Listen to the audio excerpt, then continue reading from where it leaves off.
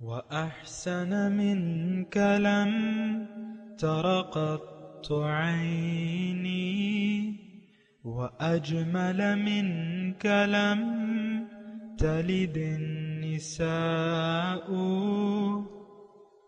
خلقت مبرأ من كل عيب خلقت مبرأ من كل عيب كأنك قد خلقت كما تشاء كتاب أنزلناه إليك مبارك ليدبروا آياته وليتذكر أولو الألباب. یہ کتاب برکت والی ہے جسے ہم نے آپ کی طرف نازل فرمایا ہے تاکہ دانش مند لوگ اس کی آیتوں میں غور و فکر کریں اور نصیحت حاصل کریں. اللہم صلی علی سیدنا محمد وعلی آل سیدنا محمد بعدد کل ذرۃ مئۃ الف الف مرۃ. سامعین و ناظرین کرام، السلام علیکم ورحمۃ اللہ وبرکاتہ. سامعین کرام، سورہ شعراء آیت نمبر 69 حصہ دوم. سامعین کرام، موضوع کیا ہم عملاً بتوں کو پوج رہے ہیں؟ اس کے ساتھ سامعین کرام آج کے درس کا آغاز کرتے ہیں. سب سے پہلے گزشتہ سبق کا آموختہ ہوگا. وَاتْلُ عَلَيْهِمْ نَبَأَ إِبْرَاهِيمَ، اور آپ ان پر ابراہیم علیہ السلام کا قصہ بھی پڑھ کر سنا دیں. قَالَ لِأَبِيهِ وَقَوْمِهِ مَا تَعْبُدُونَ، جب انہوں نے اپنے باپ اور اپنی قوم سے فرمایا تم کس چیز کو پوجتے ہو. سامعین کرام، سورہ شعراء آیت نمبر 69. وَاتْلُ عَلَيْهِمْ نَبَأَ ابراہیم، ان پہ خبر بیان کیجئے ابراہیم علیہ السلام کی. اس قال لأبیہ، جب کہا انہوں نے اپنے والد، وقومہ اپنی قوم کو، ما تعبدون، کس کی تم عبادت کرتے ہو. سامعین کرام، ابراہیم علیہ السلام رئیس المعاہدین ہیں، اور ہمارے جو حضور صلی اللہ علیہ وسلم ہیں ان کو بھی یہی ہدایت ہے، فاتبعوا ملت ابراہیم حنیفا، کہ تم ملت ابراہیم کی پیروی کرو. اصل میں ساری انبیاء کا ملت ایک ہی ہے، طریقہ ایک ہی ہے، پیغام ایک ہی ہے. انسانیت کے لیے اللہ تعالیٰ کا پیغام واحد پیغام ہے، ان اعبدوا اللہ، کہ اللہ کی بندگی اختیار کر لو، اسی کے سامنے سر جھکا دو، اسی کو معبود واحد تسلیم کر لو. ابراہیم علیہ السلام کی قوم جو ہے تھی وہ ستارہ پرست قوم تھی. سورج ان کا دیوتا تھا، اور جو نمرود تھا وہ اس کا نائب تھا. تو بہرحال وہ مشرکانہ عادات ہوتی ہیں، جیسے کہ پتھر سے بت بنا کے ان کی تعظیم کرتے تھے، وغیرہ وغیرہ جو بھی تھا. یعنی ایک انسان جو ہے دھوکے کا شکار ہو جاتا ہے اور پھر دیگر کو وہ اپنا معبود و مقصود بنا. اسی طرح یہ واقعہ شروع ہے، ابھی آئیں گے اس کے تفصیلات آئیں گی. تو قوم نے کہا قالوا نعبد اصنامن، ہم پوچھتے ہیں اصنامن، بتوں کو، فنظل لها عاکفین، اور پھر ان کی پوجا پر قائم ہیں. یعنی ان کے سامنے سجدہ ریز ہیں، انہی کو پکارتے ہیں ضرورت کے وقت، مشکل کے وقت انہی پہ چڑھاوے چڑھاتے ہیں. ابراہیم علیہ السلام نے کہا کہ قال هل يسمعونکم اذ تدعون، کہ کیا جب تم ان کو پکارتے ہو وہ تمہاری پکار سنتے ہیں، او ینفعونکم او یضرون، یا تمہیں فائدہ یا نقصان پہنچا سکتے ہیں. تو انہوں نے کہا یہ تو ہمیں نہیں پتہ، بل وجدنا آباءنا، ایسا تو نہیں ہے. بل مطلب یہ بل جب بھی آتا ہے تو یہ گزشتہ مضمون کو رد کر دیتا ہے. بل قالو بل نہیں، ایسا نہیں ہے، نہ وہ ہماری پکار سنتے ہیں، نہ ہمیں نفع دے سکتے ہیں نہ نقصان۔ وجدنا آبان، اب کرتے کیوں ہیں؟ ہم نے پایا ہے اپنے آباء و اجداد کو، کذالک یفعلون، اسی طرح وہ بھی کرتے تھے۔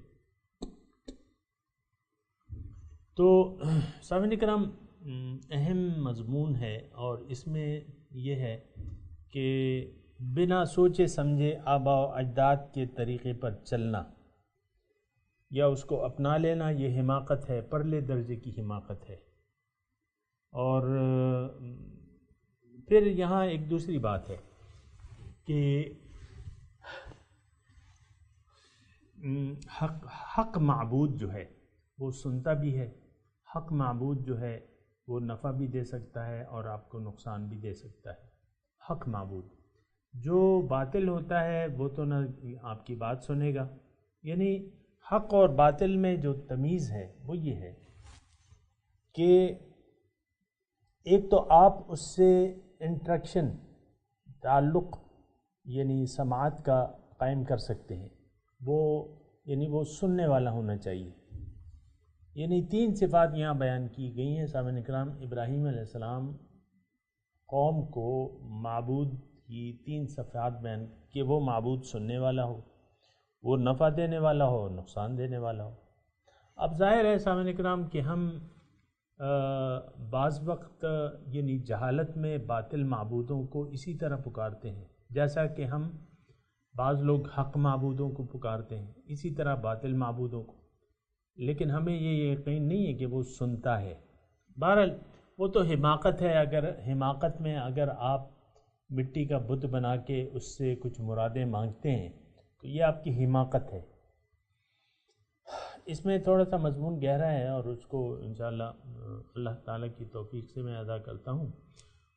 اور دوسرے حق معبود کی پہچان یہ ہے کہ وہ فائدہ دینے والا ہے یا نقصان کا اختیار رکھتا ہے، نقصان پہنچنے کا اختیار رکھتا ہے۔ یہ سارے جو تھے سامعین اکرام، یہ باطل معبودوں سے یہ توقعات لگا لی جاتی ہیں۔ مثال کے طور پہ ہمارے ہر قوم کے اپنے اپنے معبود ہوتے ہیں یا جو بھی ہوتے ہیں۔ اس زمانے کا جو عراق میں لوگ پوچھتے تھے بتوں کو، تو خیر ان کی تو نہیں، میں تو اپنی بات کر رہا ہوں کیونکہ ہم نے تو اس سے اپنے لیے ہدایت لینی ہے۔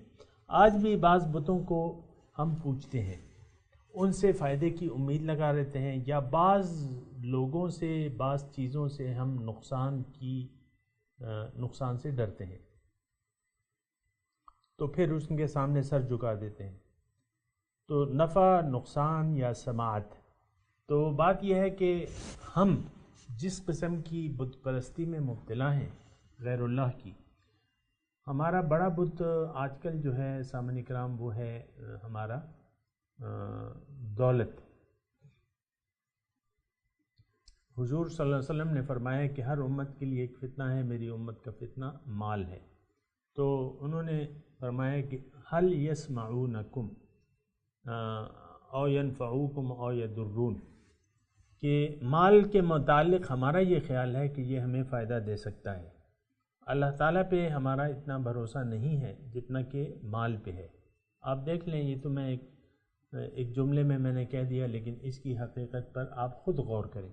ظاہری مال و دولت اگر کسی کے پاس ہے تو وہ اس سے زیادہ امید رکھتا ہے بنسبت جتنی امید وہ اللہ تعالیٰ سے فائدے کی رکھتا ہے۔ یہ ایک شرک خفی ہے اور جس میں ہم تقریباً سب لوگ گرفتار ہیں، اس شرک خفی میں کہ باطل سے ہم نے امیدیں لگا رکھی ہیں۔ وہ میرے خیال سے اقبال ہی کا ہے جو میں اکثر آپ کے سامنے سناتا رہتا ہوں کہ بتوں سے تجھ کو امیدیں، خدا سے نا امیدی، مجھے بتا تو صحیح اور کافری کیا ہے۔ کہ بتوں سے تو تم نے توقعات لگا رکھی ہیں اور خدا سے نا امیدی ہے، تو مجھے بتا تو صحیح اور کافری کیا ہے۔ شاعر کہتا ہے مجھے بتاؤ کہ اور کافری کسے کہتے ہیں، کہ غیر اللہ سے آپ نے توقعات لگا رکھی ہیں اور اللہ سے نا امیدی ہے۔ حقیقت میں سامعین کرام اس وقت یعنی غیر اللہ سے توقعات لگا رکھی ہیں اور اللہ سے ہماری کوئی توقع نہیں ہے۔ اس بات پہ قرآن میں مختلف جگہ اللہ تعالیٰ نے ہمیں دلائل دیے ہیں کہ دیکھو اختیارات میرے پاس ہیں، تمام خزانے میرے پاس ہیں اور میرے ہی پاس تمام خزانوں کی کنجیاں ہیں اور میرے ہاتھ کھلے ہوئے ہیں، بل یداہ مبسوطتان، میرے ہاتھ کھلے ہوئے ہیں، میں سخی ہوں، داتا ہوں، دینے والا ہوں، فائدہ پہنچانے والا ہوں، نقصان بھی پہنچا سکتا ہوں۔ لیکن بات یہ ہے کہ ہمیں اللہ سے یہ امیدیں نہیں ہیں۔ ہمارا جو حق اللہ ہے، جو معبود واحد ہے، وہ اللہ تعالیٰ کی ذات ہے، اور ہمیں یہ کہا جاتا ہے کہ اللہ تعالیٰ ہی تمام فائدوں کا مالک جو ہے، دینے والا، وہ اللہ تعالیٰ ہے۔ ہمیں یہ بھی کہا جاتا ہے کہ نقصان کا سارا اختیار انسان کو اللہ تعالیٰ کے پاس ہے، اور پھر ہمیں یہ بھی کہا جاتا ہے کہ وہ ہماری بات بھی سنتا ہے۔ اجیب دعوت الداعی اذا دعان، میں پکارنے والے کی پکار کا جواب دیتا ہوں جب کہ وہ مجھے پکارتا ہے۔ تو بہرحال یہ سامعین کرام ایک قسم کا ایک ایسا شرک ہے، یعنی انسان نادانستگی میں ایسے افعال میں مشغول ہو جاتا ہے جن کی کوئی بنیاد ہی نہیں ہوتی۔ مثال کے طور پہ یہاں ابراہیم علیہ السلام اپنی قوم سے پوچھ رہے ہیں کہ بھئی تم ان سے اگر کوئی بات کرتے ہو تو وہ سنتے ہیں، یا تمہیں فائدہ حقیقی دے سکتے ہیں یا نقصان دے سکتے ہیں، تو حقیقی فائدہ اور نقصان تو یہ بھی سب کو معلوم ہے کہ اللہ تعالیٰ کی طرف سے ہوتا ہے۔ لیکن اب نادانستگی میں یا جہالت میں اگر آپ کسی سے توقع لگا لیتے ہیں تو پھر یہ ہے کہ اس کے اثرات تو اپنے ہوتے ہیں، کیونکہ جو چیز آپ کے دل میں ہوتی ہے یا جس پہ آپ کا یقین ہوتا ہے تو پھر اسی عملاً آپ اس کے لیے اس کا اظہار بھی کرتے ہیں۔ جیسے کہ غیر کے سامنے آپ جھک جاتے ہیں۔ اب غیر جو ہے دیکھیں ما سوی اللہ ہوتا ہے، غیر ما سوی اللہ، جس کا اللہ سے تعلق نہیں ہوتا۔ اب جھکنا تو ہم تو رسول کے سامنے بھی جھکتے ہیں اطاعت کے حساب سے کہ ان کے حکم کو تسلیم کرتے ہیں، لیکن ما سوی اللہ جو ہے یعنی ان کا تعلق تو اللہ تعالیٰ سے، اس لیے ہم ان کے سامنے، لیکن ما سوی اللہ میں ایک ہستی آتی ہے ہمارے نفس کی بھی، ہم عملاً اس کے سامنے، نفس ایک بت ہے اور اس کے سامنے ہم نے سر جھکایا ہوا ہے۔ ایک بات یہ نوٹ کر لیں، کیونکہ شرک کا تذکرہ ہو رہا ہے تو اس کے مضمون کے احاطے میں یہ چیز آتی ہے کہ ارائیتا، ابھی ہم نے پڑھا ہے ارائیتا من اتخذ الہہ ہواہ، دیکھا ہے تم نے اس شخص کو جس نے اپنی خواہشات کو اپنا معبود بنا لیا ہے۔ تو بہرحال سامعین کرام یہ حل یسمعونکم، اب دیکھیں ان مضامین کو تو ظاہر ہے کہ ہم اپنے لیے اس میں ہدایت تلاش کریں گے۔ اب یہ 2-3 آیات میں نے آپ کو سامنے پڑھی ہیں، تو اس میں ایک تو یہ ہے کہ ہم نے دانستہ یا نادانستہ دنیا ہی کو اپنی منزل قرار دے دیا ہے اور دنیا ہی کے مفادات کی ہم پوجا کر رہے ہیں۔ دنیا کے مفادات جو ہمارے سامنے ہیں اس کے سامنے ہم نے سر جھکایا ہوا ہے کہ یہ بھی کریں گے، یہ بھی کریں گے، یہ بھی حاصل کریں گے، یہ بھی حاصل کریں گے، اور پھر ان ذرائع کو بھی اپنا اس کا وسیلہ بنا لیا کہ یہ بت ہے، دنیا کا ایک بت ہے، اس کے لیے اب آپ کوشش کریں، کارخانہ لگاؤ، محنت کرو، یہ کرو وہ کرو، تو ساری کوششیں اب صرف ہو جاتی ہیں اس بت کو، مال کو حاصل کرنے کے لیے۔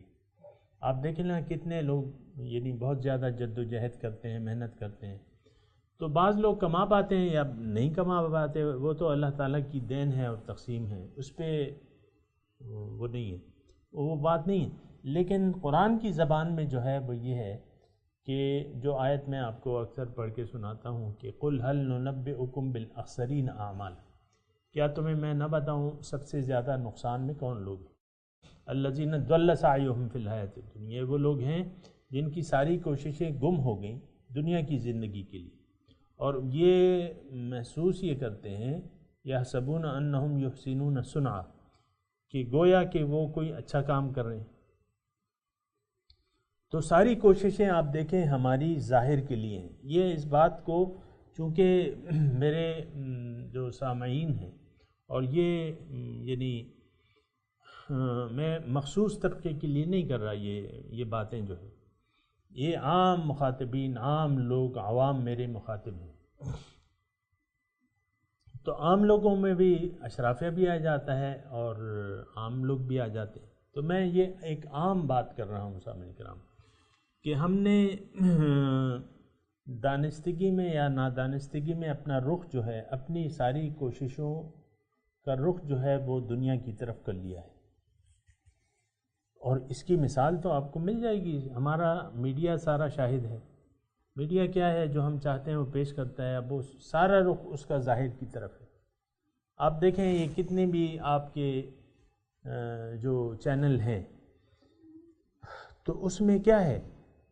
بے مقصدیت ہے، اصل چیز جو ہے بے مقصدیت ہے، اللہ تعالیٰ سے دوری ہے یہ، اور فحاشی اور عریانی ہے، بے مقصدیت ہے، بے مقصدی باتیں ہیں، پھر اللہ تعالیٰ کی ناراضگی کے پروگرام ہیں۔ مثال کے طور پہ آپ لو سٹوریز پیش کرتے ہیں، ڈرامے آپ بنا لیتے ہیں، نوخیز لڑکیاں اور نوجوان لڑکے ایک دوسرے سے گپ شپ لگا رہے ہیں، ان کو دیکھنا جو ہے آپ کو اچھا لگتا ہے، کیونکہ آپ کے دل میں بھی تو نفس ہے نا، خواہشات نفسانی تو آپ بھی ہیں، آپ کا بھی تعلق ایک جن سے ہے، لڑکیاں بھی بڑے شوق سے دیکھتی ہیں، لڑکے بھی بڑے شوق سے دیکھتے ہیں، تو یہ سب کیا ہے؟ یہ بے مقصدیت ہے۔ ہمارا معاشرہ یعنی اس بات کا، آپ کو یہ باتیں میں اس لیے کہہ رہا ہوں کہ ہمیں کم از کم احساس ہونا چاہیے کہ ہم کس طرف جا رہے ہیں، ہمارا رخ کس طرف ہے۔ ہمارا رخ اصل میں ظاہر کی طرف ہے، ظاہر پرستی، میٹیریلزم آپ اسے کہہ سکتے ہیں، مادہ پرستی، اس کی طرف ہے۔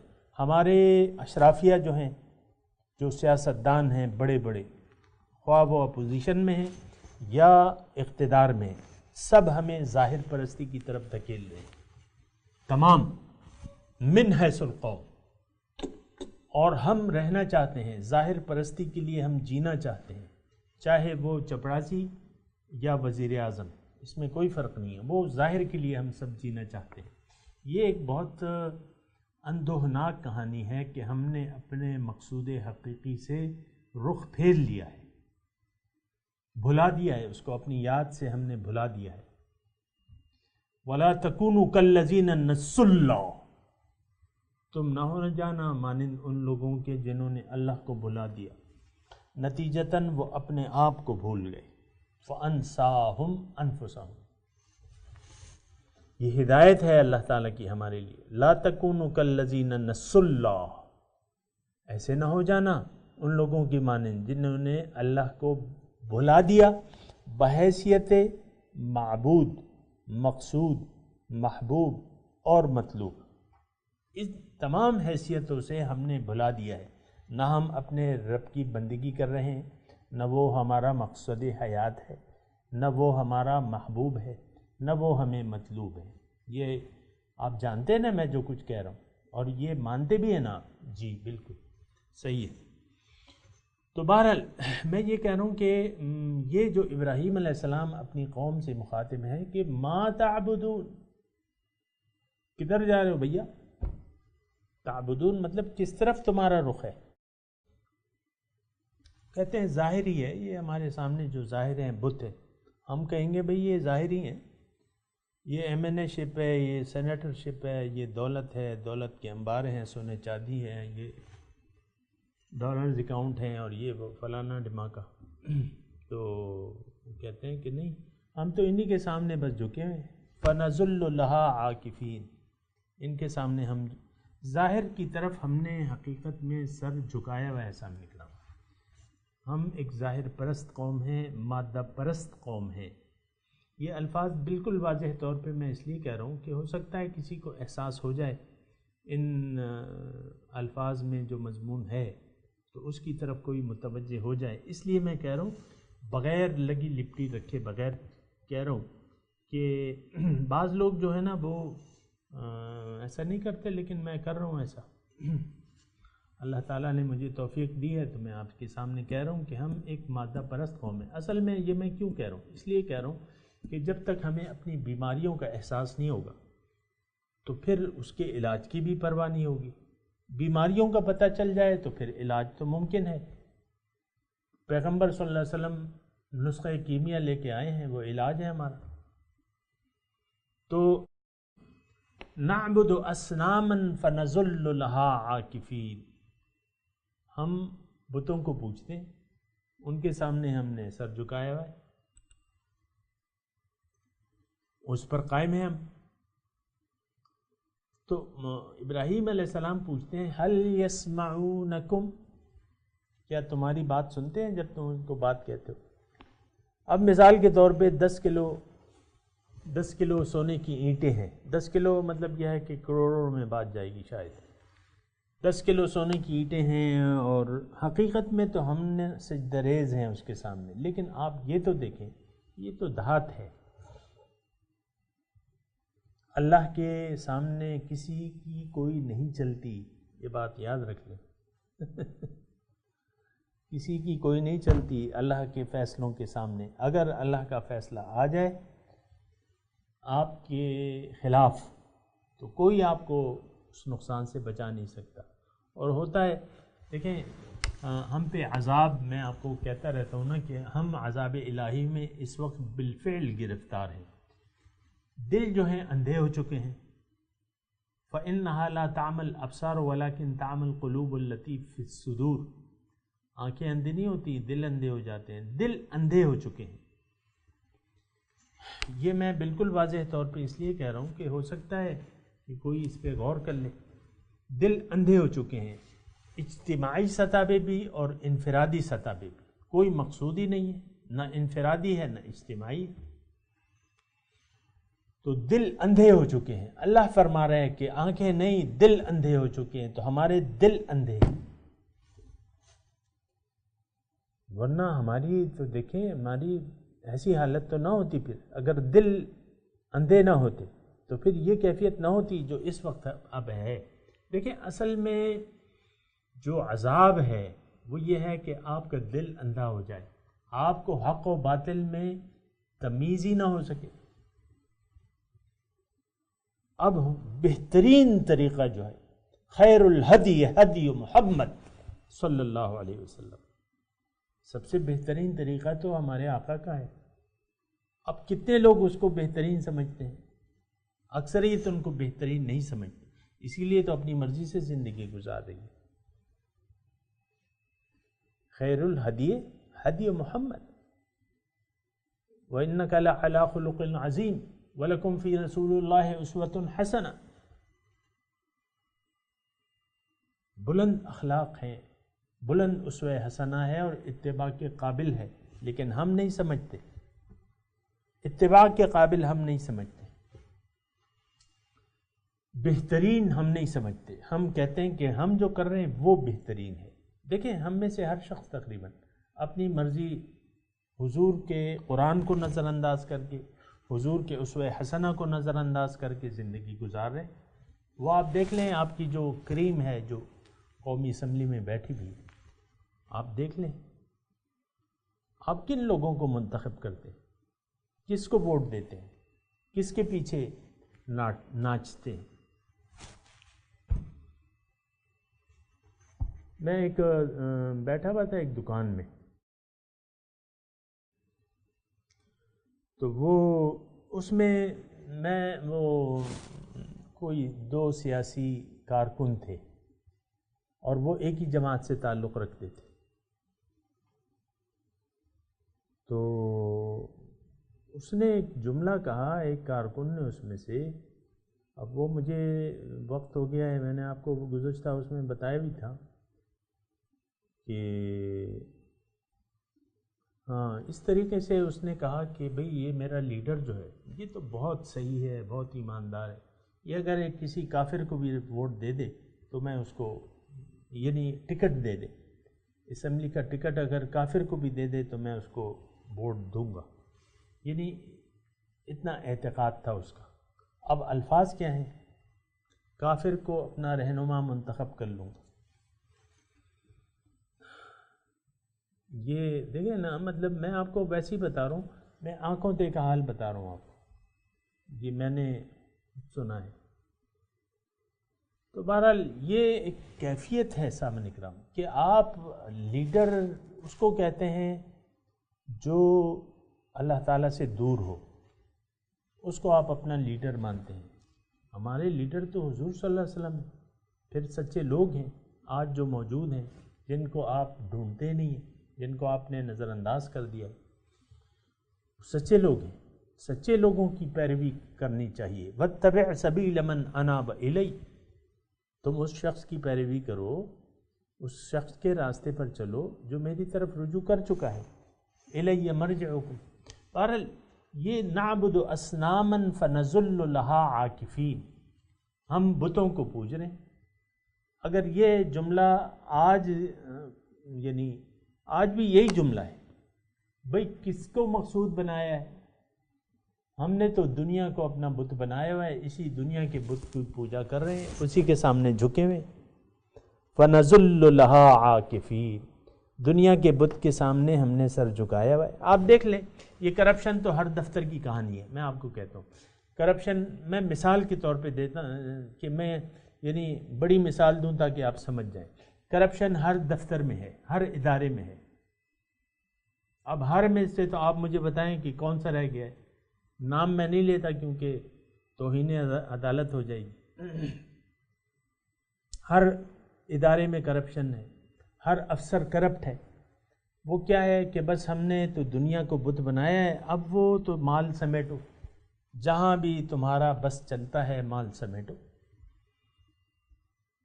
پھر اللہ تعالیٰ نے جو آپ کو اختیارات دی ہیں عوام کے بارے میں، تو عوام کی جیبوں پہ ڈاکہ ہے۔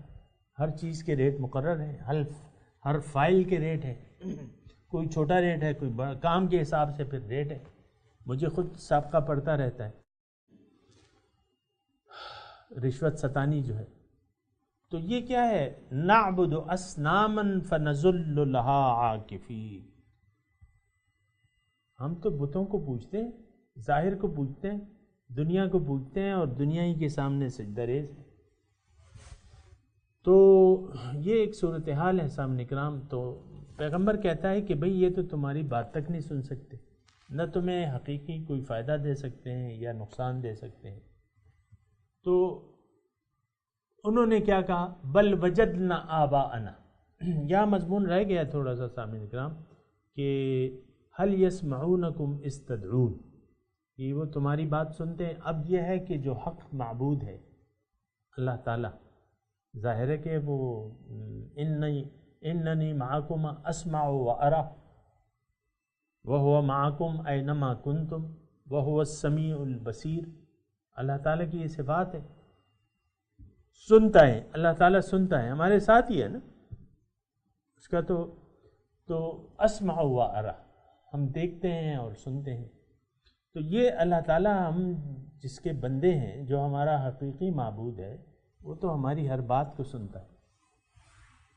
پھر یہ ہے کہ سارا فائدہ تو اسی کے اختیار میں ہے۔